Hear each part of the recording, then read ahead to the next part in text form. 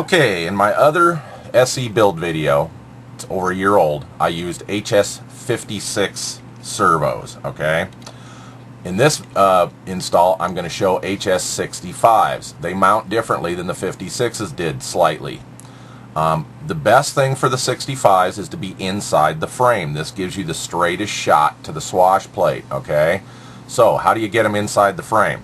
Well, it's kind of a puzzle, but you can do it. Get your wire out of the way so it doesn't get pinched, and then now the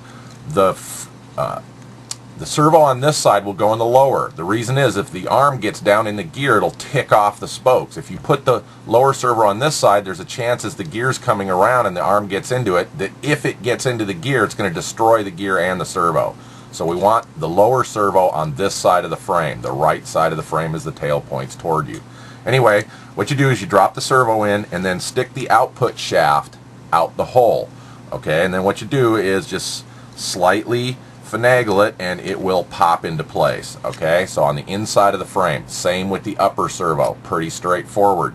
Get your servo nuts out, your screws, go ahead and screw the servo in. Now one thing I do want to say here is test fit your servo in the hole and make sure that there's a little bit of room for the servo to wiggle. The reason I say that is these servos do not like to be pinched or twisted in any way, the metal gear servos, because it binds up the gears and the servo doesn't move freely and you could burn out servos. If your frame hole is too tight, just take a file and clean, file the edges a little bit, but what you want is that the holes line up. If the holes don't line up either, it'll tend to pinch the case or pull the case. So check when the servo's in place that the hole for the servo and the hole in the frame line up, and that the servo just has a little bit of play here so it isn't getting bound up, jamming it into the frame, okay? So double check that. The early V1 frames were really tight with these servos. You have to open them up. Otherwise you're going to bind up your servo, okay? So make sure you do that. If you don't have a little bit of slop there on the case, file the frame open a little bit. Check your holes. If your holes don't line up, take a round file and open up the holes in the frame so that the holes are perfectly lined up when you bolt your servo in. Alright, so let's get the two front servos in and we'll talk about the rear one. Okay, there we go. Front servos in. Again, this servo lower toward this frame, upper servo here, mounted on the inside. Now, I'm going to stress this. I did have to take a round file and relieve the screw holes and a flat file and open up the sides of the servo holes, because when I screwed the screws in, it was clear the screws were going in at an angle and it would have put pressure on this case. And trust me, these MG servos do not like to be squeezed in any way. It binds up the gears internally. It's just a plastic case. So I've seen several people who just slap them in there, screw them in, and then have servo problems. Either they burn out a servo on one side all the time, or one servo seems slow. You can actually watch the swash plate go up and down at an angle, okay? So don't get these servos pinched. Trust me, these 65 MGs don't like it, all right? Anyway, so we're going to do the same thing on the rear. Now I'll come back and talk about it and show how to pop the rear one in. But you can put the rear, I like to put the rear servo, and by the way it does go on the inside, on this side of the frame. That way if anything comes around in a crash it doesn't get whacked. However, some people like to put it on this side of the frame because the tail servo goes on this side over here, again for protection, and that balances out the heli. I'm going to put it on this side. I'm not that worried about this little bit of weight on one side, okay? So same thing. To get this servo on the inside, we need to relieve this hole. One thing for sure, square it up, okay, if it's rounded on the corners here. You are going to have to take away some material on both sides of this hole here, and just like before, we'll probably have to elongate these holes, open them up outward, okay? That's because these are farther spaced out than the holes in the frames. But we have to relieve this hole to get it in there and get it into the frame. So I'm going to go ahead, take a file, and it doesn't take much work. Just file some, get it relieved, okay? Both ends here. Get it squared up too, okay? And this will help get the servo in and again, not pinch it. So go ahead and do that. Elongate your holes a little bit just so you don't have to take the servo out and do it again. It's just a little bit too, just elongate it. If you take the servo and put it on the outside, you can see if the holes are going to line up. All right, the holes in the servo and the holes in the frame. So if they don't, go ahead and elongate them. I just do it anyway, just a little bit, so you have some play room. All right, go ahead and get that, and I'll come back and show you how to put the rear servo in. Okay, so as you can see, I have, let me zoom in here, I have elongated my holes slightly, and I've filed some of this edge and some of this edge. You don't need a whole lot, okay, but you need to relieve that so that the servo has some play room. Okay, so here's how you get the servo in here. Get the cord fed through the hole. Now, the servo is oriented so this output shaft is toward the rear of the heli. So get your other cords out of the way here.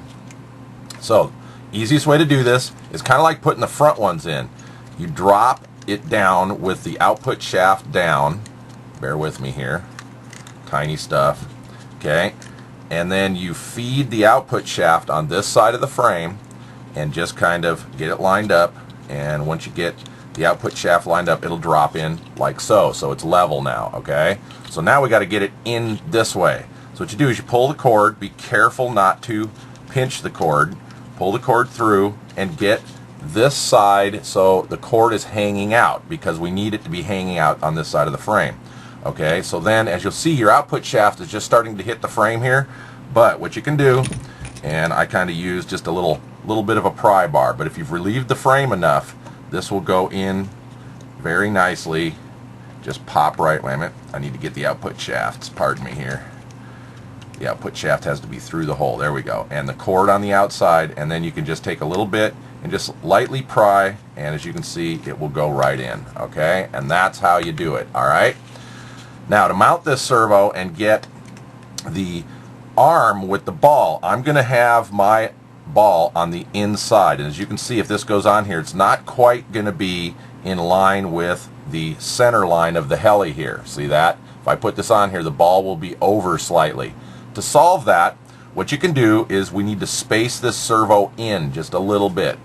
I took some of the Align plastic case material, you know, these boxes, these plastic boxes that parts come in, you know, this kind of stuff, and I just trimmed it up. You can also use some cut-off servo horns. They make fine spacers as well, but you need to drill out the hole, so again, when you put a screw through here, the spacer isn't jamming up against the case of the servo. So you make a spacer and look and make sure your holes are straight through on both servos, so we're not binding the servo, but they do need to be spaced. So I'm just going to basically, I made these, I'm going to put these in here, and this will space the servo perfectly, then go ahead and put our screw in and our nuts.